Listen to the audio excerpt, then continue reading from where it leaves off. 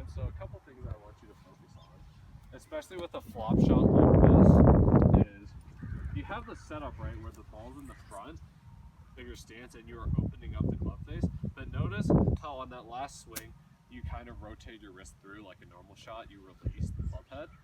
And that's good for a normal stock shot, but with the flop shot, we kind of want to flip our wrist through, but notice how the toe is facing off to the side. Now what that ensures is that club face to stay open, get underneath the ball, and create more spin.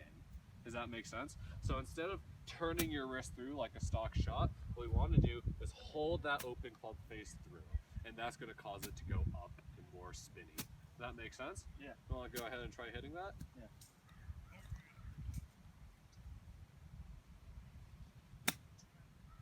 See how much loopier that was? Yeah.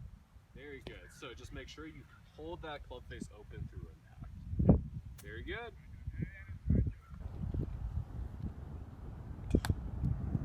Okay, would you say you're doing that on a pretty consistent basis? Okay. Go ahead and stay right here next to the balls for me, and I'll go ahead and show you why you're doing that. So one super important thing that we have to focus on when we're chipping the golf ball is to make sure that we get underneath the grass. Basically brushing the grass so the club comes underneath the ball. You know why that's so important? Basically, if we think about the golf club, all it is, it's a piece of bent metal, right? And they put these grooves in for us just so we can spin the ball more. Now the only way we're going to use these grooves is if we get underneath the ball and we brush the grass. Does that make sense?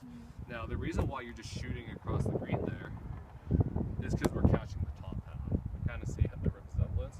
So if I were to demonstrate this from a top portion, if I'm coming into the ball like this, there's no way this ball is going to get launched into the air, right? The only way it's going to get launched is if I come into it and see how I blow it, and then it'll shoot up. So just make sure when you're taking your practice swings, make sure the ball is in the back of your stance. Just make sure we're brushing the grass. Does that make sense? And then step up to it and see how we pop that ball nice enough. So if you'd like to try that, get set up to that ball. Yeah, you can take a practice swing. Just make sure you brush the grass. Good. Nice, easy swing. Not too bad. Let's go ahead and hit one more. Go ahead and swing a little bit softer. That was good that time. You got underneath it. Very good. So just a couple things.